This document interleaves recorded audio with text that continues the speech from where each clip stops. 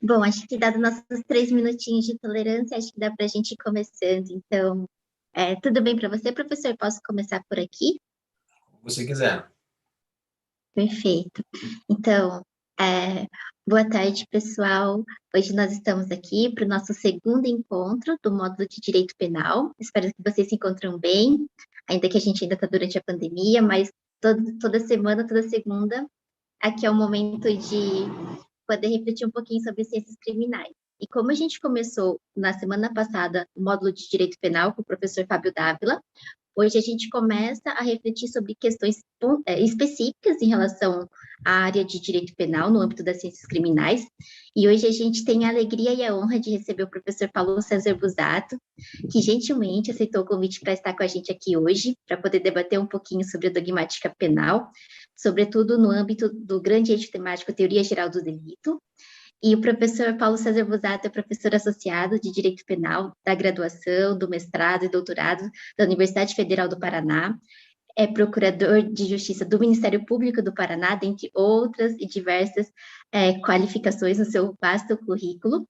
Mas para a gente aproveitar o máximo do professor hoje, hoje eu faço uma rápida apresentação do professor e já agradecendo uma vez mais pelo gentil convite de estar aqui com a gente nessa tarde, disponibilizar esse tempo para estar com a gente. Eu passo a palavra ao professor para que possa conduzir aí o nosso encontro. Bom, boa tarde, pessoal. Eu quero agradecer o convite do Laboratório do IBCCRIM. Em alguma medida, já é um pouco tradicional minha participação no laboratório. Há alguns anos já eu venho participando e dirijo o agradecimento na pessoa, numa das pessoas muito participativas no IBCCRIM, que é o professor que me antecedeu, o meu irmão, o Fábio Dávila. O Fábio Dávila, puxa, a gente praticamente foi paralelo na composição dos nossos doutorados, nos encontramos muitas vezes durante esse período e acabamos forjando uma amizade baseada no direito penal.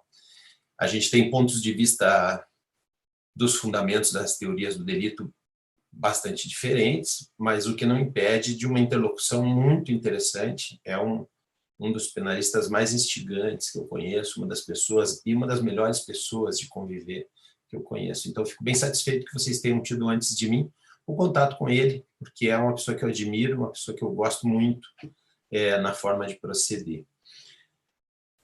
Então, bem, para que a gente não perca tempo, eu vou tentar fazer uma exposição sistemática a respeito de teorias do delito, e fixo bastante a pluralidade da primeira palavra, teorias do delito, para daí depois eu mostrar algumas nuances muito específicas do ponto de vista que eu adoto das teorias do delito e que a gente possa então discutir melhor, talvez, nos debates, no tempo reservado para os debates ao final.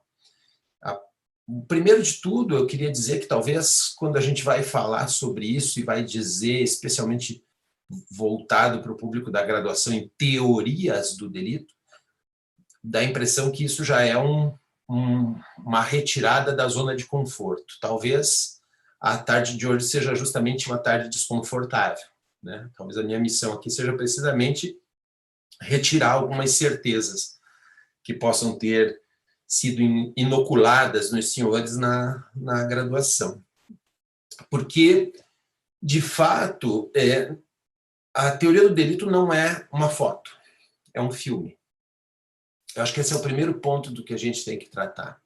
Não existe a teoria do delito como se fosse algo definido do plano do ser. Não existe uma dimensão fixa da teoria do delito, categorias fixas na teoria do delito, menos ainda categorias lógico-objetivas, tal como alguma vez se disse na teoria do delito. Isso não passa de uma pretensão de ciência que foi inoculada por um momento histórico no ambiente jurídico penal. E é bastante fácil provar isso, não é necessário muito esforço hermenêutico para vocês verem o seguinte: A teoria do delito é espraiada por todo o direito continental, certo? Vocês vão encontrar discussões sobre teoria do delito na Europa, na África, na Ásia e na América, ou seja, em todos os lugares do mundo vocês vão ouvir falar em teorias do delito, em categorias do delito, em elementos da teoria do crime, sistemas de imputação e etc. Porém, em todo o ambiente do common law, não se discute teoria do delito. E tudo funciona muito bem. Quer dizer, sem uma discussão sobre teoria do delito madura, sem uma estrutura de teoria do delito madura, os ingleses e norte-americanos vão resolvendo suas querelas penais sem maior problema, não é? Se é assim, isso talvez mostre de entrada que teoria do delito não é uma obrigação, foi uma escolha.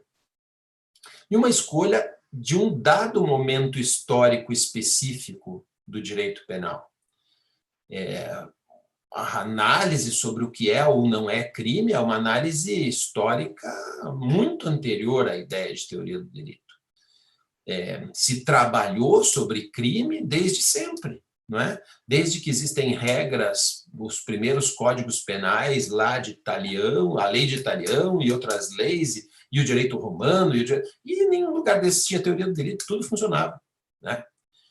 Só que em algum momento histórico específico, considerações a respeito do que é crime, desde um ponto de vista formal e material, né?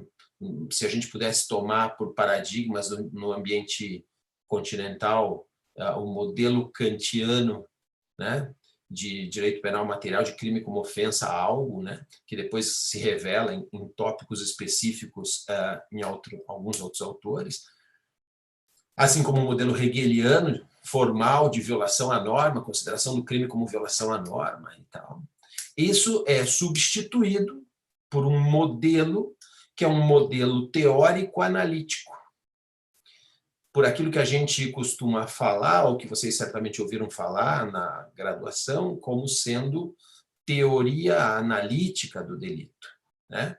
Ou conceito analítico de crime. A análise, senhores, é um método. É um método muito próprio e muito específico de um momento histórico da evolução da humanidade, que é o positivismo científico. E aí nós estamos falando, então, da segunda metade do século XIX para frente. Esse período histórico corresponde à ideia de que tudo que seria levado a sério em termos de estudo deveria corresponder a uma discussão analítica, ou deveria submeter-se ao método analítico para a discussão e para a composição. E é nesse cenário em que aparece, por um lado, teoria do delito, e, por outro, alguma coisa que a gente está acostumado a falar e a usar, um termo que a gente está acostumado a usar, e que talvez eu seja hoje o ousado a querer questioná-lo, que é ciências criminais. Né?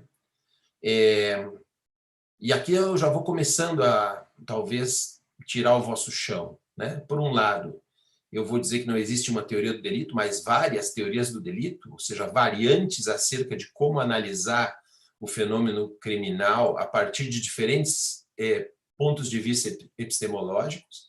E, por outro lado, eu vou dizer para vocês que o maior responsável por problemas insolúveis, muitas vezes, e de péssimos resultados em termos jurídico-penais, é tratar o direito penal como ciência. Ou seja, tratar o direito penal como algo que ele não é.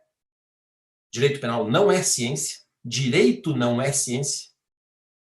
Isto é responsável por boa parte dos problemas que a gente tem até hoje nessa seara. Então, é curioso, né, a gente falando no Instituto Brasileiro de Ciências Criminais, dizendo que o direito penal não é ciência. Né? Mas, enfim, a vida tem dessas contradições.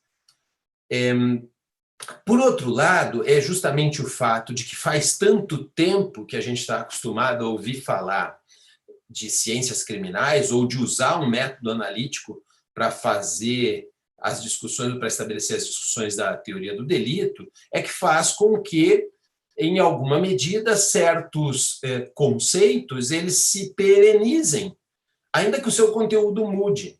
Eu me lembro de uma ocasião em que conversava com o professor Borja Jiménez, lá em Valência, e ele dizia que num texto dele ele chegou a afirmar que um penalista de hoje poderia tranquilamente conversar com um penalista de 200 anos atrás, porque as categorias discutidas seriam as mesmas. A omissão, o dolo, a culpabilidade, o erro, o concurso de pessoas, a legítima defesa, os mesmos institutos ou as mesmas denominações eram praticadas há 200 anos. E o que levaria, então, a pensar, o que acaba induzindo a pensar que existe só uma forma de pensar o crime.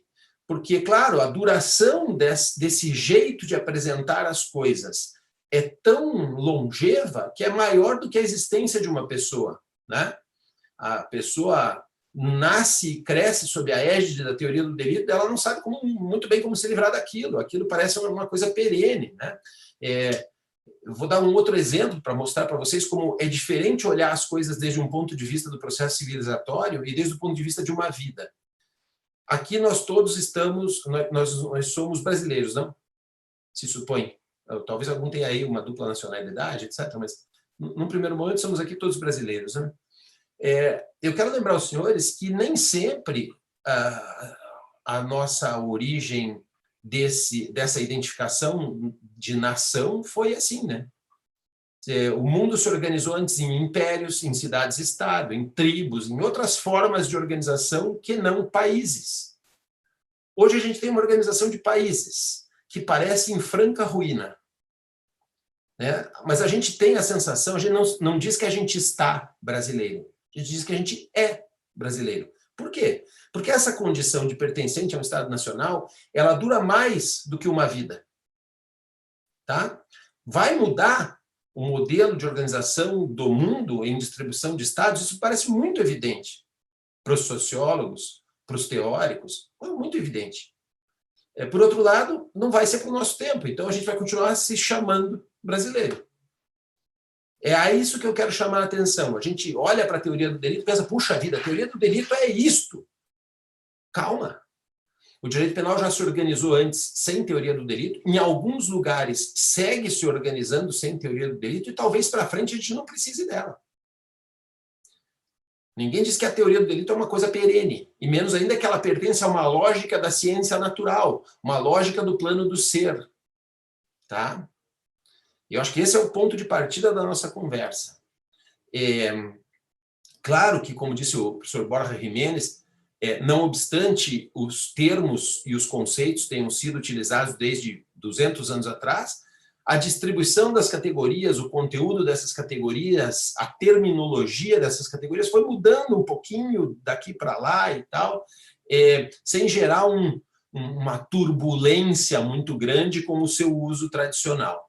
Então, eu queria, grosso modo, estruturar para vocês uma espécie de painel acerca do que é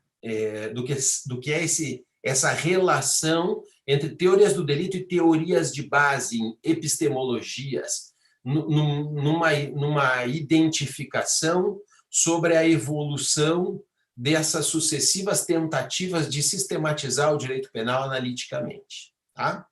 Então, desde logo, como eu já disse, como eu já adiantei, a primeira teoria do delito surge por força do positivismo científico e, portanto, é associada a esse positivismo científico como fonte teórica, né? E, obviamente, isso tem uma estruturação muito baseada em ciências naturais. Aquilo que era científico era provado através do método científico, método analítico por excelência. Não é à toa que se chama essa primeira teoria do delito de teoria causal naturalista, né?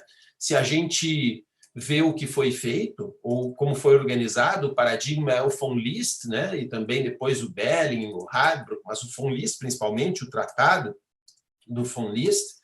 O que se apresenta ali é uma ideia de uma estrutura que começa e termina em conceitos da ciência natural, sabe? e que passa pelo direito assim como passa, ou como poderia passar por qualquer coisa. Passa pelo direito apenas para situar a questão que está sendo debatida. Se você olhar a estrutura, o método analítico realizado pelo von List é um recorte exatamente equilibrado entre dados recapturados, digamos, das ciências naturais. Veja, o método é analítico, que significa dividir um todo em partes, estudar as partes como forma de compreender o todo, isso é análise, né? E o que é que o von List faz? Ele biparte o injusto penal em dois lados, um objetivo e um subjetivo. Ele inicia a explicação do lado objetivo, dizendo que é uma ação que se pratica produzindo um resultado previsto como injusto, e que esta ação, que produz um resultado injusto, ela é sucedida, ou ela é cometida por uma pessoa cujo vínculo subjetivo denota culpabilidade. A divisão entre objetivo e subjetivo é Unrecht, o injusto, e Schuld, culpa. Começa a primeira categoria da estrutura de teoria do delito do von List é a ação como movimento voluntário modificativo do meio externo. De onde que sai esse conceito de ação, gente? Poxa, muitos de vocês que estão na graduação sabem bem do que eu estou falando. Começa isso aí na física newtoniana, que vocês estudaram física para o vestibular. Claro, ninguém gostava de física, senão não estava fazendo direito, é verdade. Mas passaram por aquele negócio, né?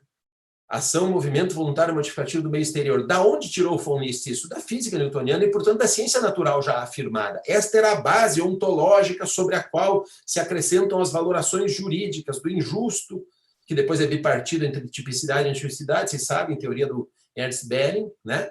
E é complementado por uma culpabilidade que é o vínculo subjetivo que une o sujeito ao fato por ele praticado. Que vínculo subjetivo é esse? Esse vínculo subjetivo mental do sujeito entre o que ele faz e aquilo que ele quer, ou ele faz por querer e é doloso, ou ele faz sem querer e é culposo, esse modelo, essa ideia de culpabilidade enquanto vínculo psicológico provém da psicologia clínica, que é também ciência natural afirmada nesse período, percebe? Começa e termina dentro das ciências naturais. É o positivismo científico se trasladando para o direito de forma a permitir que o direito seja reconhecido como ciência jurídica, que a teoria do delito seja realmente uma teoria científica. Método e objetos provenientes de ciências afirmadas. Não é um acaso isso. É a força do seu tempo, né? Do tempo de von List.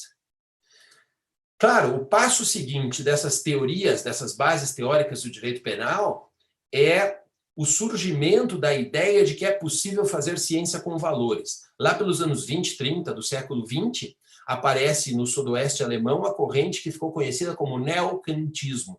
Se vocês quiserem depois buscar material sobre os autores neocantianos de filosofia do direito, Emil Lask, Rickert, Karl Larens, toda essa turma aí é desse período, né, dessa época, dessa região, onde se começa a falar que é possível fazer ciência com valores, que há duas formas de ciência, ciência natural e ciência social. A ciência social é uma ciência vinculada a valores e tal. É o tal neocantismo, né?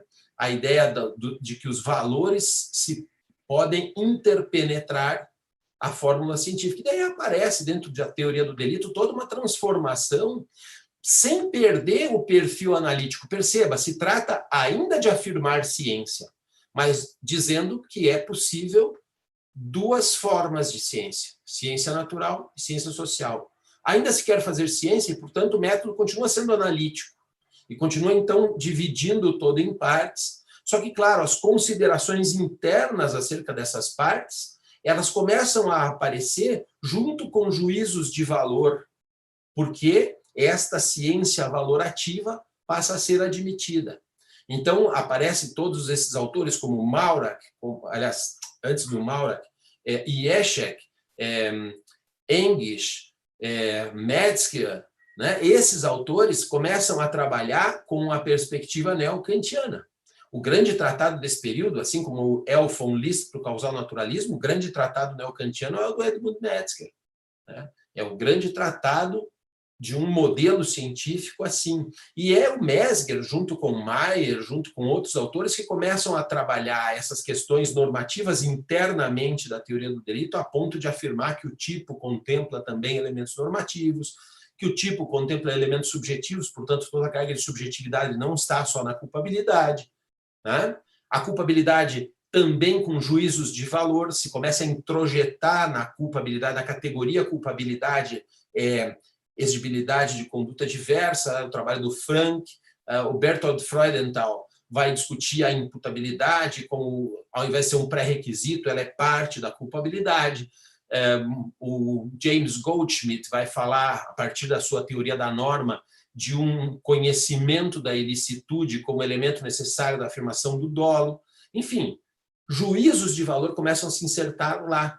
E até mesmo na ação, porque aí aparece com o English, por exemplo, ou com o Jeschek, com Wessels, aparecem as chamadas teorias sociais da ação, dizendo que a ação é aquela que for socialmente relevante.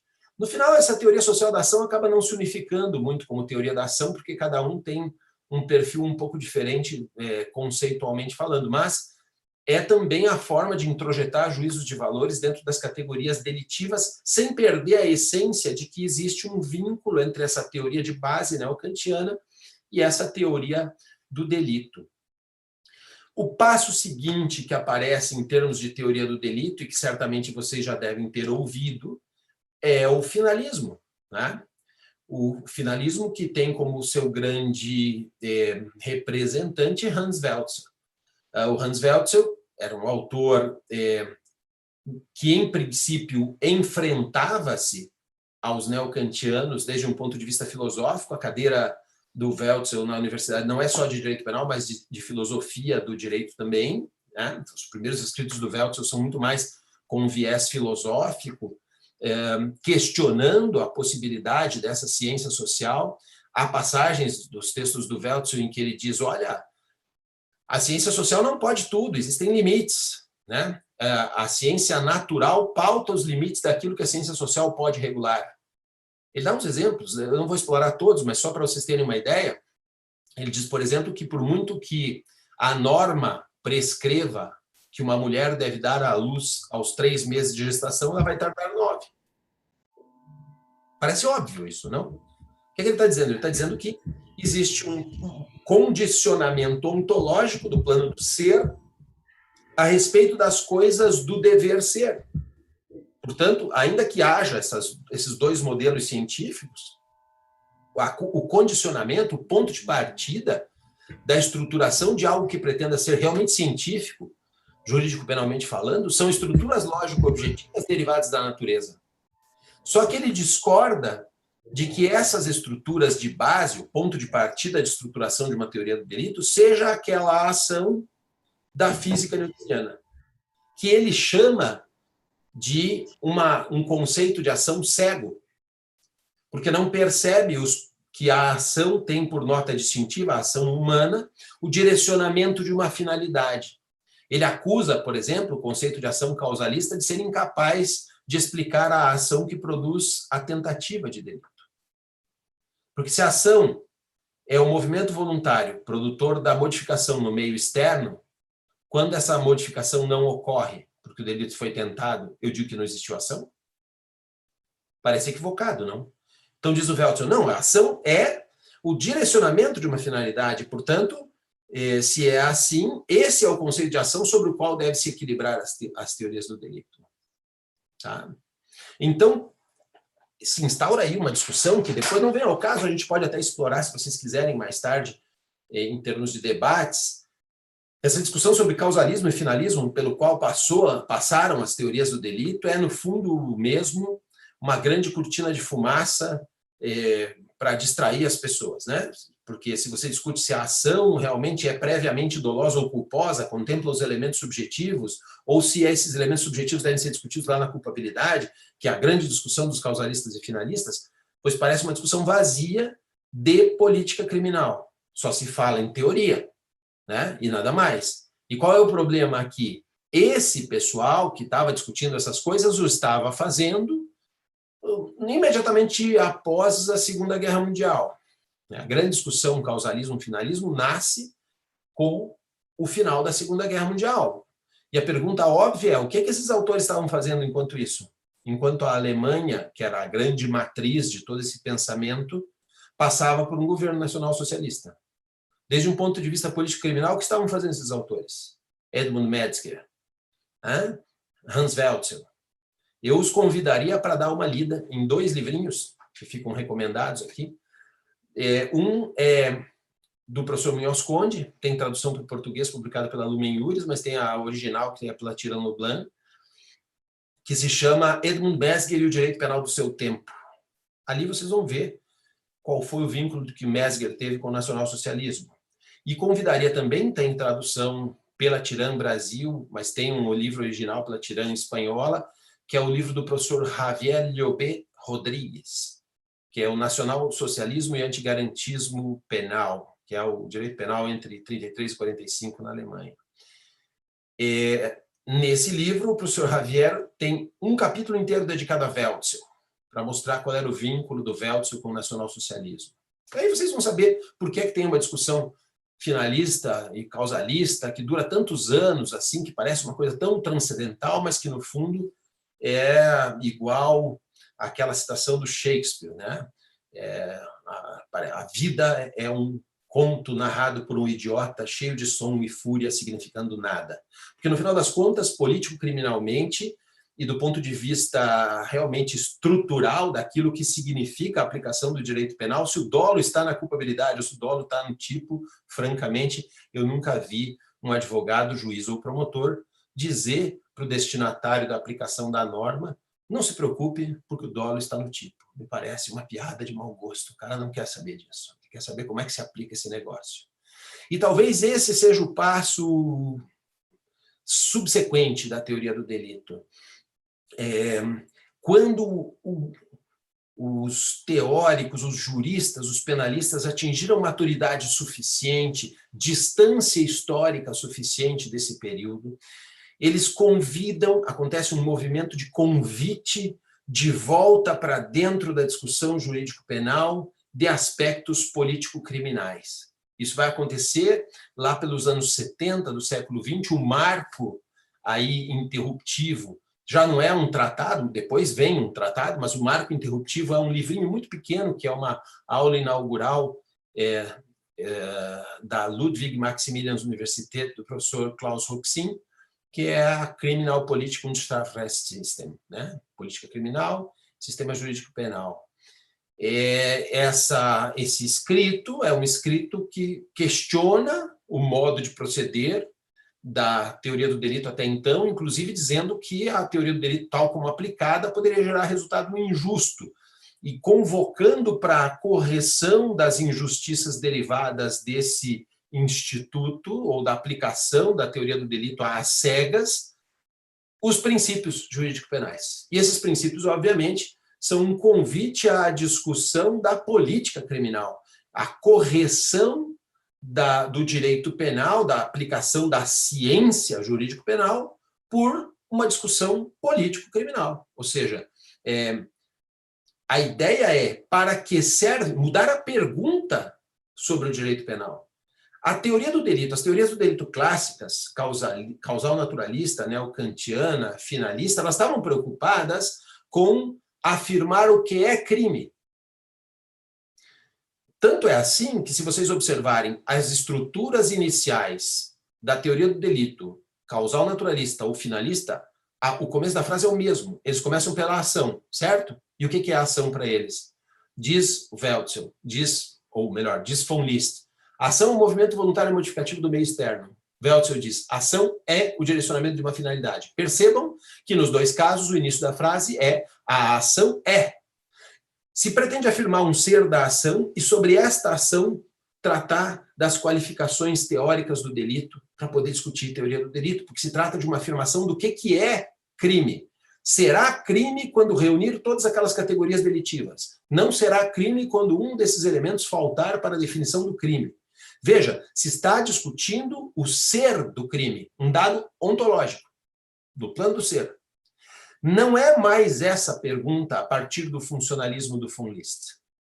Von List diz, a aplicação dessa ciência dura aqui para a situação concreta do plano punitivo, ela não é uma aplicação direta e ponto, e está tudo certo. Não, ela gera muitas vezes distorção, né? E essa distorção na aplicação da lei deve ser corrigida por princípios político-criminais que ditem o que eu quero fazer com o direito penal. É por isso que acaba se denominando, de alguma maneira, embora a correspondência filosófica aqui já não seja tão direta quanto parece, é muito mais no plano da sociologia do que na filosofia, é por isso que se chama de funcionalista, né? Porque aqui se começa a discutir outra pergunta sobre o direito penal. Não se quer mais afirmar o que é delito, se quer afirmar por que se pune. A pergunta é outra. A pergunta não é o que é delito, o que é crime. A pergunta que a teoria do delito quer responder é por que se pune? Só que, claro, a essa pergunta, vocês podem imaginar, é uma pergunta cuja resposta tende a ser aberta, polissêmica. Porque, claro, eu posso escolher minha resposta de um modo que é muito diferente do verdadeiro falso, do binário científico que se impunha até então. Né? Não é mais aquela questão, olha, ou é isso ou não é. Eu não tenho como dizer que isto é um relógio e não é um relógio. Eu posso dizer que isso aqui é um relógio e não é uma garrafa, não é um livro. Né? Então, as afirmações do ser, elas são excludentes. Aquilo que é uma coisa não é outra coisa, que eram as afirmações científicas de até então. Agora, com o funcionalismo, a pergunta é diferente. Ela é elaborada diferente. Por que se pune? Aí o porquê se pune é uma escolha. E essa escolha é ditada político-criminalmente. Não é um acaso que o convite para a política criminal reingressar no ambiente jurídico penal, que daí o Roxin diz que aquilo que o von List propunha, que a dogmática deve ser uma barreira infranqueável à política criminal. Tinha razão de ser lá na época do von List, porque a política criminal da época era imperialista. Quando o Roxin está falando, ele está falando nos anos 70 do século XX na Alemanha. Uma Alemanha social-democrata, uma Europa ocidental que vive o welfare state. Né? Então é óbvio que esse modelo de democracia, de social-democracia, produz uma política muito interessante. E esta política, sim, deveria vir corrigir os exageros dogmáticos. É esse convite que faz o Roxin. E daí ele responde à própria pergunta, para que serve o direito penal, respondendo que serve para a proteção seletiva de bens jurídicos. Essa é uma escolha. Mas perceba que com esse giro ao normativismo, a escolha do juízo de valor apropriado, a resposta à pergunta do porquê se pune pode ser múltipla. E é isso que acontece no funcionalismo. Por isso que você fala em funcionalismo teleológico, na linha do Roxin, etc., né? Hassemer, Munhoz Conde, tal. E depois você fala de um funcionalismo sistêmico, na linha do Jacobs e de outros autores. Por quê? Porque a resposta que o Jacobs dá para a pergunta é outra. Por que se pune? Se pune para manter estável o sistema punitivo. O sistema penal é um sistema autopoético, que pretende manter-se estável e, na busca da sua estabilidade, aplica a pena como um output para os inputs desfuncionais, que são as práticas delitivas. Percebem? Então, o que aconteceu aqui? Vejam que, novamente, as teorias do delito estão associadas, de alguma maneira, a bases epistemológicas. Já não propriamente, como é que eu vou dizer? Não propriamente filosóficas, mas talvez sociológicas. No funcionalismo sociológico ou teleológico do Roxin, você encontra claramente uma relação com o Talcott Parsons, né, na sociologia. E o funcionalismo sistêmico do Jacobs, você encontra, até dito por ele mesmo no livro, embora a correspondência não seja lá exatamente a mesma coisa, mas com Niklas Luhmann. Né? Ele cita o Luhmann como fonte. Né? Bom, e o que acontece aí nesse momento? Percebam o que tem de comum nessas teorias do delito funcionalistas. A perda de protagonismo daquele conceito ontológico de ação que é pré-jurídico, dado pela ciência natural, para depois entrar no juízo de valor. Entra direto no juízo de valor. A estruturação dos manuais funcionalistas é uma estruturação que começa pela imputação. Roxin chega a dizer que a ação não tem mais nada a dizer em direito penal. A ação não serve para nada, começando pela imputação objetiva, pela tipicidade. É o tipo, a primeira categoria. Se fala em tipo, antijuridicidade e culpabilidade. No caso do Roxin, se fala em responsabilidade, né, que é culpabilidade, mais necessidade de pena, enfim. Seja como for, partindo já de categorias que são juízos de valor, categorias normativas, certo? Abandonando a discussão sobre a ação, relegando-a a um segundo plano. Que não quer dizer que eles não ofereçam seus conceitos de ação, oferecem sim, mas há uma perda de protagonismo muito clara do conceito de ação na estruturação da teoria do delito, certo? Pois bem, esse é o último ponto tratado na evolução da teoria do delito? A meu ver, não. Existem perspectivas mais modernas, eu me vinculo a essas perspectivas, que dizem respeito à busca de uma intersecção entre esse sistema de imputação com uma base filosófica da linguagem. Tá? Isto tem por base 2 livros. Um livro é o Fundamentos do Sistema Penal, do professor Tomás Salvador Vives Anton, que eu acabei de traduzir, aliás, né? Já que a gente está falando nesse assunto. Né?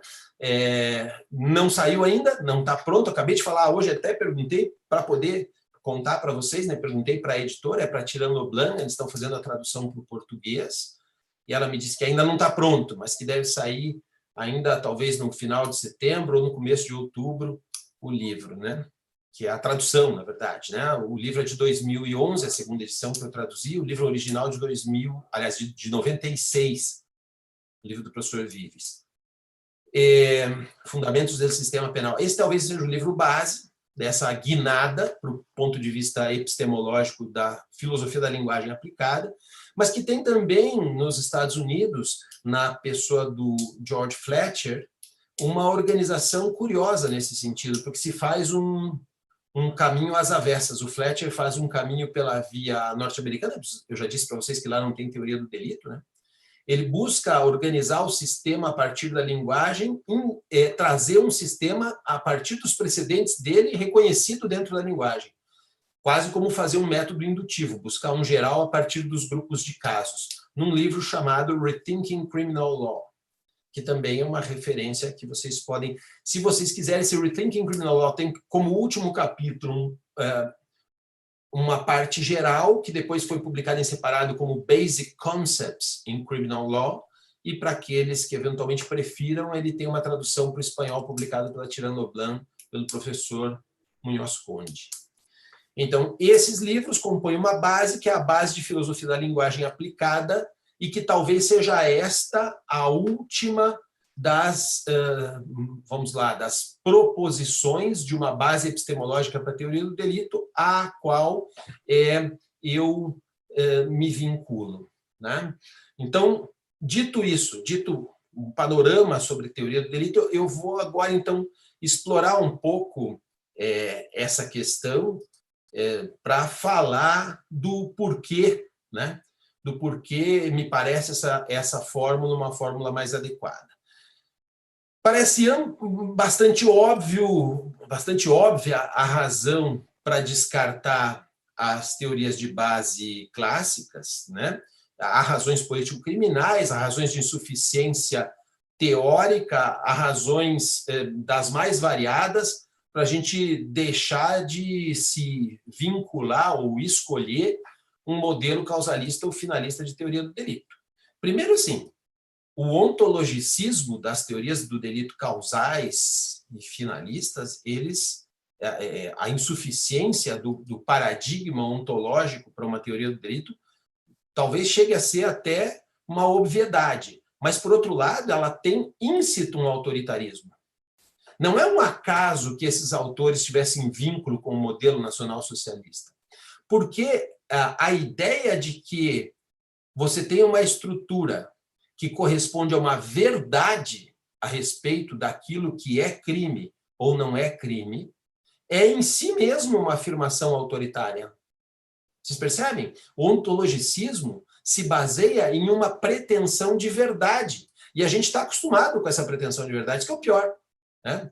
Quantas vezes vocês já ouviram a expressão veredictum para se referir à decisão? Como se a decisão estivesse dizendo a verdade. A sentença fala a verdade do direito. Isto é crime ou isto não é crime. Realmente é assim? Será que a nossa praxis forense atua assim? O que é que vocês fazem quando vocês fazem um recurso frente a uma decisão judicial? Vocês dizem que a decisão do juiz foi falsa? Não, né?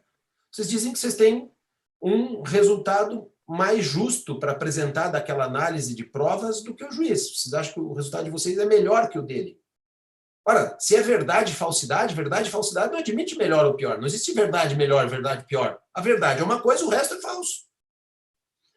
A lógica da verdade, que é a lógica científica, ela é excludente. Ela não admite a oposição. Você percebe?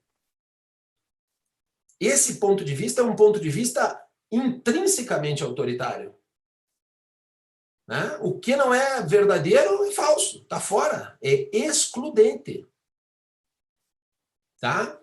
Então, eu acho que há uma razão político-criminal bastante óbvia para rechaçar esses modelos. Não fosse só isso, os próprios autores que o desenvolveram são autores que o desenvolveram criticando mutuamente as insuficiências de um conceito e de outro para a afirmação da verdade, e que são autores vinculados ao nacionalsocialismo. Não precisa ir mais longe do que isso. Né? Talvez isso já bastaria. Tem razão o Roxin quando convoca a política criminal de volta. Espera aí, não dá para ignorar que a coisa mais ingente que o direito penal faz a respeito de nós, aliás, a coisa mais interventiva que o Estado faz a respeito de nós, faz com o direito penal. Não é? O que o Estado pode fazer com você de pior do que aquilo que ele faz com o direito penal? Pense um pouco. É óbvio que o direito penal tem uma dimensão política. O Roxin estava certo. Deve ser dizer, bom, então, professor, e por que você não se decanta pelo modelo funcionalista? Ora, por uma razão bem simples. Há um perigo no modelo normativista que é de colocar a norma no centro. A gente já vê que no modelo mais radicalmente funcionalista, que é o modelo do Jacobs, o modelo do sistema autopoético e tal, o centro da estrutura de imputação é a norma. Não é o ser humano, é a norma. A norma quer manter-se estável. E me parece que o paradigma antropocêntrico, então, se perde. Eu estou muito mais preocupado com a norma do que com as pessoas. Né? Tanto é que ele defende a ideia de que é o próprio Estado que dá para a pessoa a condição do seu direito e o seu reconhecimento como pessoa.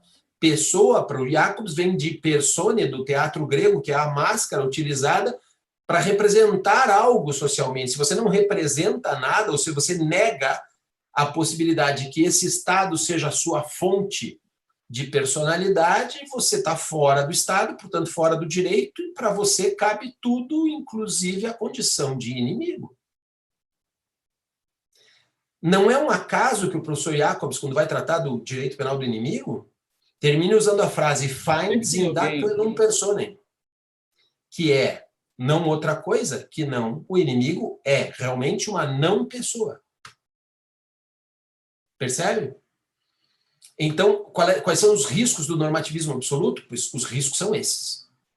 São os riscos de abandonar completamente o ser humano, ou o paradigma antropocêntrico. Por isso, a mim parece que esse desprezo pelo homem pode ser equilibrado a partir de um giro filosófico, que são as bases da filosofia da linguagem. O professor Vives estrutura a sua fórmula a partir das seguintes considerações. Primeiro, há que se trocar uma pretensão de ciência, uma pretensão de verdade em direito por uma pretensão de justiça, ainda que sabendo que justiça absoluta não existe. O que é que se faz com o direito? se tenta produzir o resultado mais justo possível. E como é que se faz isso? Se faz através de um conjunto de normas, que é um sistema de imputação, conjugado àquilo que a gente entende que sejam as condutas, as ações. Se a gente parte da ideia de que são condicionantes da existência da ação e da própria norma um princípio de liberdade de ação, realizada essa conjunção à luz desse princípio de liberdade de ação, se estruturam, então, categorias delitivas, que você pode chamar da forma que quiser, se quiser chamar de tipicidade, noticidade, culpabilidade, não interessa. Ele diz que todas as terminologias são válidas, não é esse o problema. Mas entender que isto é uma praxis, é uma estrutura linguística. E essa estrutura linguística é que deve basear o sistema de imputação, porque direito não é ciência, é uma praxis linguística. Para tentar simplificar um pouco as coisas, e é óbvio que a gente pode descer a detalhes mais tarde, sem nenhum problema, mas eu gostaria só de que vocês pensassem de um modo muito simples sobre se fizeram alguma vez alguma coisa com direito que não fosse linguagem. Quero dizer, se fizeram alguma vez alguma coisa com direito que não fosse falar, ouvir, ler e escrever, eu não estou dizendo que não tenha efeitos extra. Estou perguntando se vocês fizeram alguma coisa com direito que não fosse isso. Eu julgaria que não. E se é isso, o que é isso? Ler, escrever, falar e ouvir, se não linguagem. Processos de comunicação de sentido. E se é assim, por que a gente não usa isso como base fundante para a estruturação do sistema de imputação? A mim parece que a maior lógica que existe é que nós sempre usamos na praxis o paradigma linguístico para as coisas e não outra coisa. Nunca usamos coisa diversa dessa. Né? E claro, nessa estruturação, a partir da filosofia da linguagem, o professor Vives vai oferecer todo um arcabouço, que daí a gente pode explorar ponto a ponto disso, mas parece que é um paradigma virtuoso, porque tem uma mudança de referencial filosófico que sai do impenetrável mundo subjetivo da filosofia da mente, que ancora as primeiras fórmulas teorias do delito, assim como abandona também uma dimensão normativa que despreza o perfil humano. O professor Vives diz que a gente deve interpretar a ação não como algo que os homens fazem, mas como o significado do que fazem. Não como um substrato ao qual se apresentam sentidos, mas como o próprio sentido de um substrato. É no processo de comunicação que eu identifico a ação. Assim como no processo de comunicação eu identifico norma, e depois faço a conjunção entre norma e ação. Eu sei que, dito isso assim, parece muito etéreo, então eu escolhi, claro que tem várias, eu posso depois passar para vocês até uma estrutura em chaves, não é? A respeito dessas fórmulas de teoria do delito, mas eu queria principalmente tentar mostrar para vocês, e vou fazer isso para a gente encerrar, e depois a gente pode debater, o que é que significa a adoção dessa perspectiva da filosofia da linguagem como base teórica para a estruturação das coisas. Eu vou fazer uma série de afirmações que eu considero sejam, talvez, quebras da zona de conforto de quem tem algum conhecimento sobre teoria do delito. E depois eu vou permitir que, antes que vocês me joguem os tomates, o que já não é possível fazer pela via virtual, né, que vocês me permitam tentar provar as afirmações que eu vou fazer, em princípio, que vão parecer aos senhores, quiçá, um pouco provocativas. Tá? Vamos fazer uma experiência assim. Aí depois vocês podem me perguntar mais detalhes do porquê. As afirmações que eu quero fazer para vocês são as seguintes. E vou depois respondê-las baseadas no livro do professor Vives. Primeira, ação e omissão são um falso problema. Esse problema o que é ação, o que é omissão, isso é falso. Não há um problema entre o que é ação ou omissão, sim em separar, ou seja, eu não preciso de um conceito de ação que me norteie, que abrigue ação, omissão, dolo, imprudência, tudo. Não preciso disso. Eu preciso só separar o que é acontecimento do que é ação. Aquilo que sucede com as pessoas daquilo que as pessoas fazem.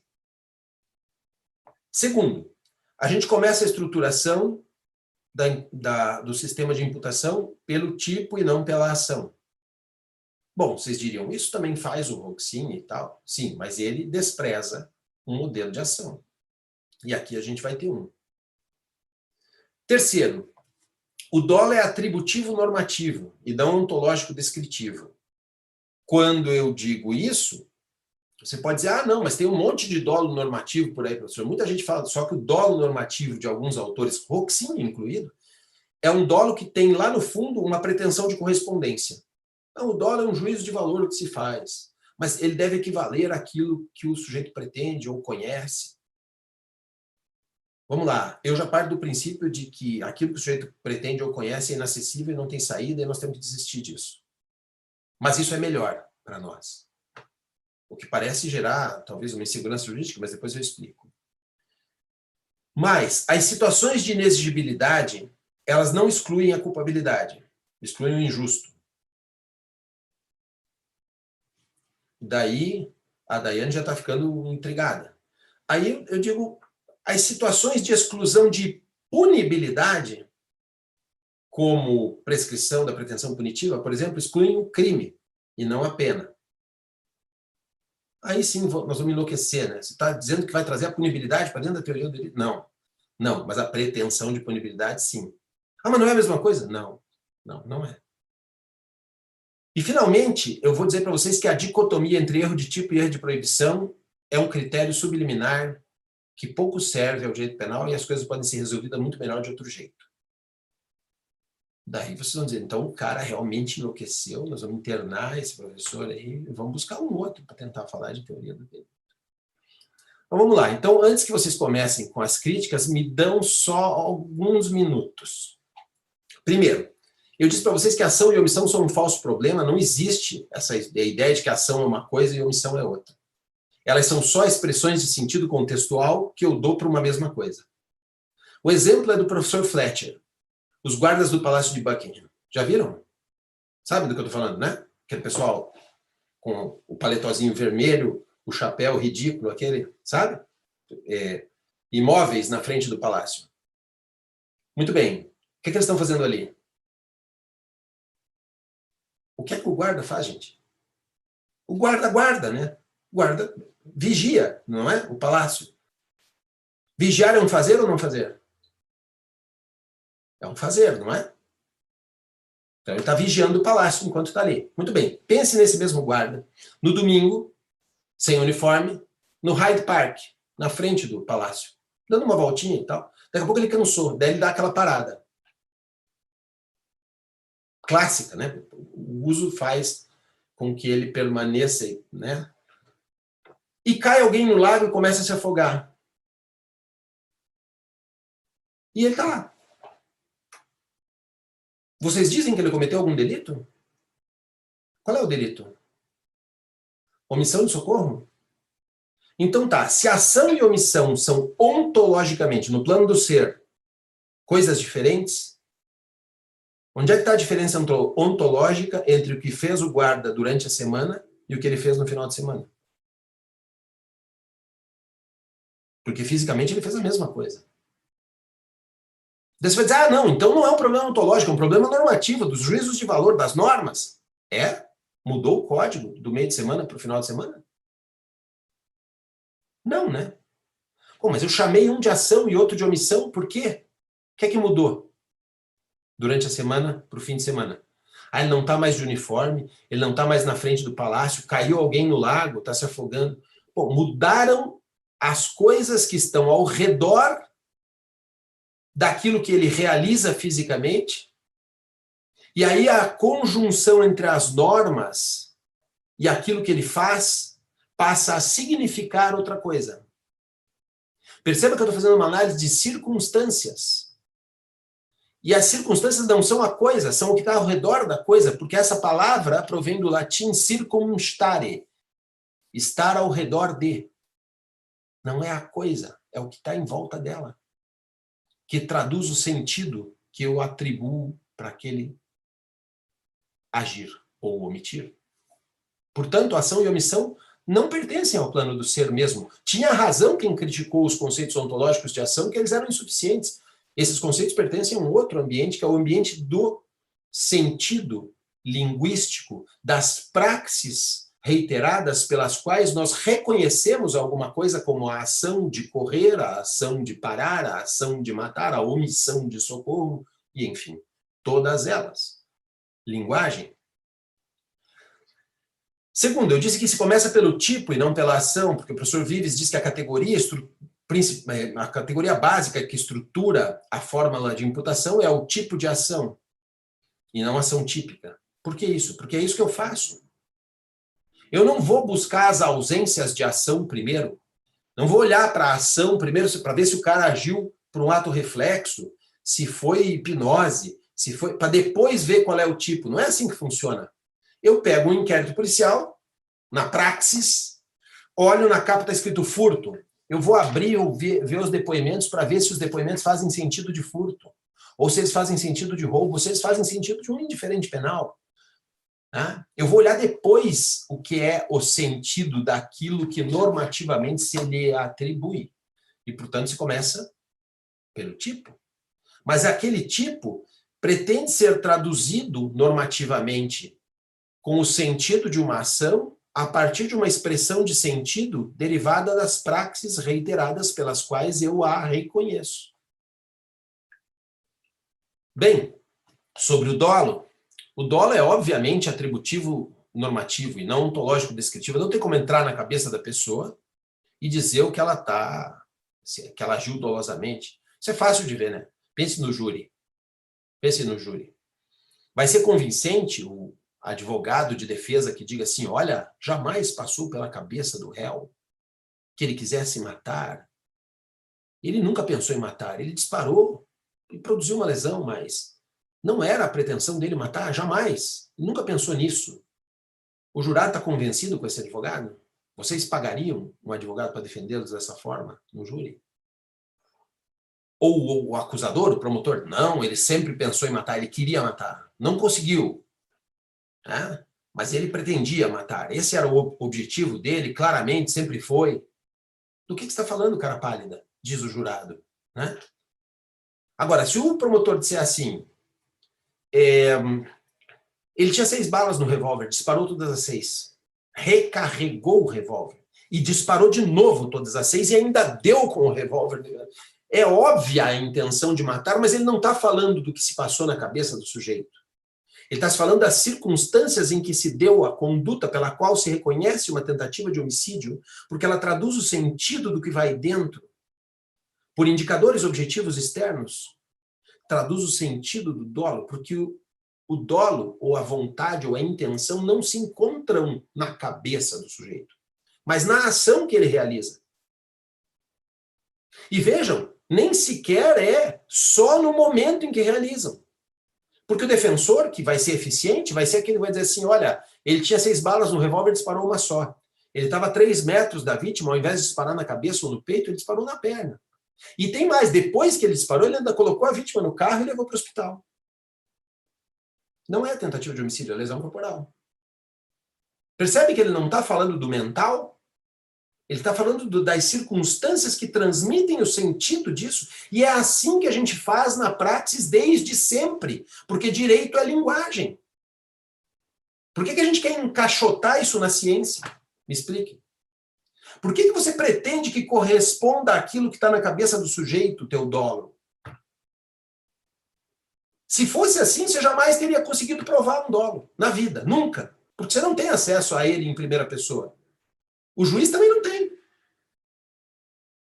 Nunca se provaria um dolo. Se chamar um psiquiatra, um psicólogo e tal, o cara não vai provar o dolo. É de fora para dentro a coisa. E às vezes não corresponde à verdade. Imagine o seguinte, sei lá, eu estou dirigindo o meu carro, distraído, ouvindo blues. Eu tenho um disco do Diogo Bonamassa ao vivo, espetacular. Um cara com solo, assim, tal. Eu me distraio, passo o sinal vermelho, daqui a pouco eu escuto... Aí eu desço do carro, vou olhar, e se trata de um político que eu não propriamente aprovo. E eu olho para ele, caído, atropelado, e faço yes! e vocês estão na esquina vendo e vão ser as testemunhas do juízo. O que vocês vão dizer para o juiz? Eu vi o sujeito passar o sinal vermelho, atropelou o outro e saiu comemorando. É isso que vocês viram, né? E eu estou condenado por dolo ou imprudência? Vocês estão vendo? Mas, puxa, que baita injustiça, professor. Como baita injustiça? Eu disse para você, o truque aqui consistiu em eu afirmar para vocês que eu vinha distraído ouvindo o Joe Bonamassa. Mas é um truque, né? É um truque teórico que na praxis não aparece, aparece no meu interrogatório e eu posso mentir. Eu vou ainda levar para o juiz um disco do Joe Bonamassa. O senhor conhece o Joe Bonamassa? Já ouviu o solo dessa música? Claro, eu vou tentar tudo, mas isso não significa que vai dar certo. Direito penal não lida com a verdade, senhores. Esqueçam, se vocês foram procurar a verdade no direito penal, erraram o curso, vão fazer teologia. Aqui não está a verdade, é outro papo, a conversa aqui. O dolo não corresponde a algo na mente do sujeito. Você diz, puxa, mas isso é muito ruim, professor, e agora? Eu falei, não, e agora não. Você nunca ia conseguir provar o que está lá na cabeça dele mesmo. E se o juiz se justificasse assim, não, ele pensou em matar, então é dolo.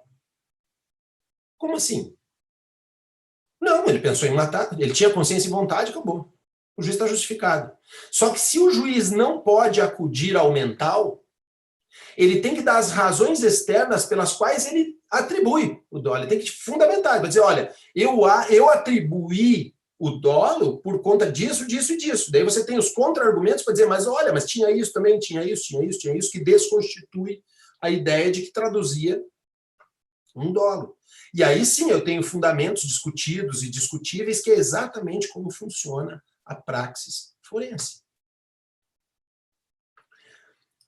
Bom, eu disse para vocês também que as situações de inexigibilidade excluem o injusto e não a culpabilidade. Aí vocês vão enlouquecer, pô, mas existe potencial conceito de ilicitude, imputabilidade e exigibilidade quando tiver. Isso está na culpabilidade. É mesmo? A culpabilidade não é um juízo de reprovação pessoal? Se é, a gente deveria então fazer perguntas sobre a pessoa para poder atribuir culpabilidade. Porque se nós todos aqui praticarmos um crime em conjunto, a culpa de cada um faz com que ele responda sozinho, tô certo? Culpa sua, culpa sua, culpa sua, culpa minha. Muito bem. Então, as perguntas devem ser sobre ele. A pergunta sobre imputabilidade é sobre o sujeito? É, não é? Quando você quer saber a imputabilidade, o que é que você pergunta? Fulano de tal, no momento do fato, era capaz de compreender o caráter ilícito do fato e determinar-se de acordo com essa compreensão? Se a resposta for sim, imputável. Se a resposta for não, inimputável. Ótimo. A pergunta sobre a potencial consciência de ilicitude, sobre o erro de proibição, é pessoal? É, né? Eu quero saber sobre ele. Eu não sei sobre ele, quero saber. Fulano de tal, nas condições dadas, tinha condições de saber que praticava um ilícito? Ele é um sujeito culto ou iletrado? Ele é um estrangeiro ou ele é um nacional? Ele conhece os costumes locais? Ele recebeu alguma informação falsa? Foi induzido por alguém a um engano? Não é isso que eu vejo? As condições dele. Pessoa. Como é que eu avalio a exigibilidade de conduta adversa? Você faz perguntas sobre ele? Ou sobre um estándar? Qual é o caso paradigmático da exigibilidade? A tábua de Carneades. Lembram? Acontece um naufrágio, sobe uma tábua, 2 náufragos. Cada um segura uma ponta da tábua, a tábua afunda. Mas se um só segura a tábua, ele consegue se manter à tona. Daí, claro, não é o Titanic, nem todo mundo é Leonardo DiCaprio, então o cara fica com a tábua, o outro que se dane, né? Fica com a tábua, pronto, fim, né? Só que, nesse caso, a resposta pela qual não se castiga esse sujeito é a seguinte: qualquer pessoa no lugar dele ficaria com a tábua. Não é isso? Então, quando eu faço a pergunta sobre a exigibilidade, eu faço uma pergunta sobre ele ou sobre um estándar? Porque, claro, ele o que fez, eu sei. O que eu quero saber não são as condições dele. O que eu quero saber é se naquelas condições outra pessoa, qualquer, um estándar, faria o mesmo.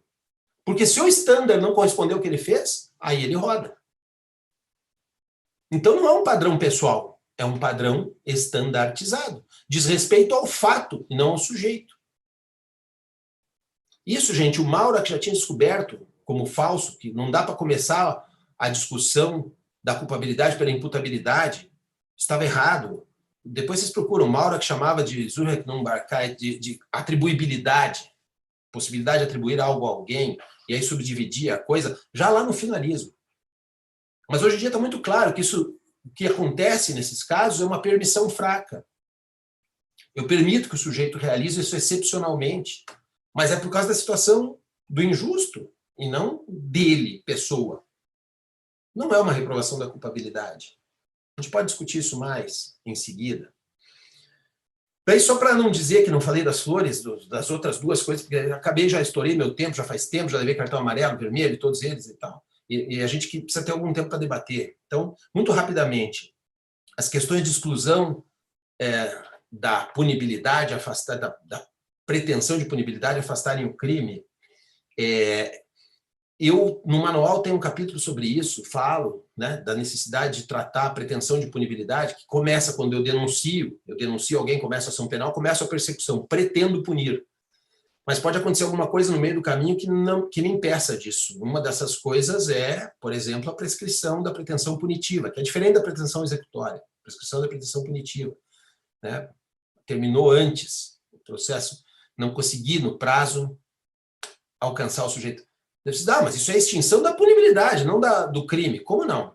O crime eu só tenho depois da sentença. Eu tenho um fato que eu vou apurar, se reúne todas as categorias para eu poder chamá-lo ou imputar a esse fato o epíteto crime. E que tal que a última testemunha que eu ia ouvir ia me dizer justamente que tinha sido uma legítima defesa e gerar uma dúvida em favor do réu insuperável? Eu não sei disso. Eu não tenho como saber a priori. Eu vou saber depois. E se eu não tenho como saber a priori, então não dá para eu entender que a prescrição afasta a punibilidade, porque a punibilidade é a possibilidade de punir, que eu só tenho a partir de que haja uma condenação, uma afirmação da culpa. Então, se afasta a pretensão de punibilidade. E essa pretensão de punibilidade é algo íncito à existência do crime. Né? Essa questão também a gente pode desenvolver mais. Né? E, finalmente, a questão do erro. Né? Eu disse para vocês que a dicotomia do erro, eu trabalho assim, é um critério subliminar. Porque o que é relevante para o erro não é se ele é erro de tipo ou erro de proibição. É se ele é excusável ou não. A gente tem que capotar a análise do erro e começar pela excusabilidade. A pergunta deriva de uma questão prática. Qual é a questão prática? Eu não posso tratar quem se engana do mesmo modo que eu trato quem sabe o que está fazendo. Então, a pergunta é, alguém afirma que se enganou. Minha pergunta é, a pergunta correta, esse erro é um erro que qualquer um cometeria? É um erro excusável? Se sim, não importa se é erro de tipo, erro de proibição, que classe de erro é. Acabou a responsabilidade. Acabou. A partir daí, se a resposta é negativa, que daí metade dos casos já foram, não, é um erro inexcusável. Nem todo mundo cometeria. Bom, então qual é a pergunta seguinte? Nós vamos também classificá-la dentro da teoria do delito? Não, não, não, não. O erro derivou de uma falta de dever de cuidado? Sim ou não? Porque se o erro derivou de uma falta de dever de cuidado, vou atribuir responsabilidade imprudente. Se é outro tipo de erro que não derivou ele tomou os cuidados, mas não era isso. Então, eu vou tratar como erro de proibição. Né? Ou, no caso do erro sobre as discriminantes putativas, um erro de permissão. Aí, a última coisa que eu quero saber, para separar o erro de permissão, o erro de tipo permissivo, do erro de tipo e do erro de proibição, é perguntar se ele se refere a uma causa de justificação. O erro incide sobre uma causa de justificação? Se sim, ele é erro de permissão ou erro de tipo permissivo. Daí você já vai ter sabido disso antes, porque você sabe se esse erro deriva de violação do dever de cuidado ou não.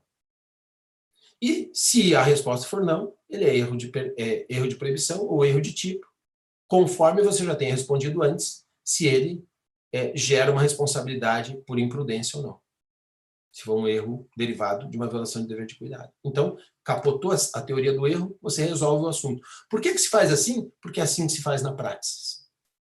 Então, na minha ótica, todas as questões de teoria do delito devem ser vistas desde um ângulo prático, que é o que se propõe tanto no livro de fundamentos do professor Vives, como no meu manual de parte geral. Eu sei que tudo isso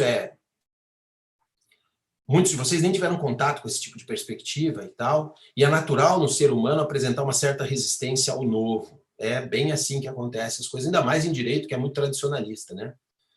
Mas essa resistência, ela faz parte de um processo de transformação, sabe? É uma etapa importante no amadurecimento do novo, de qualquer implementação nova, porque ela ajuda a tornar evidente o fracasso do modelo superado, sabe? O professor Vives tem uma frase célebre, e com isso termino, ele diz: a força de uma teoria se prova na praxis.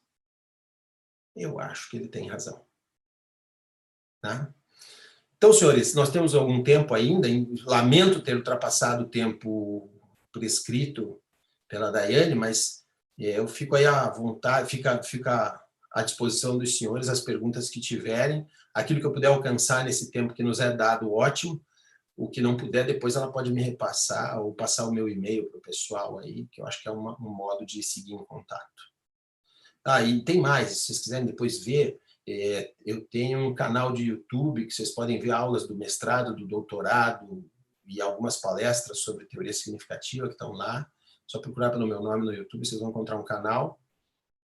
E algumas coisas que eu vou fazendo, palestras, se vocês quiserem ir seguindo, também tem um Instagram que vocês conseguem ver, acompanhar as coisas que eu ando fazendo por aí.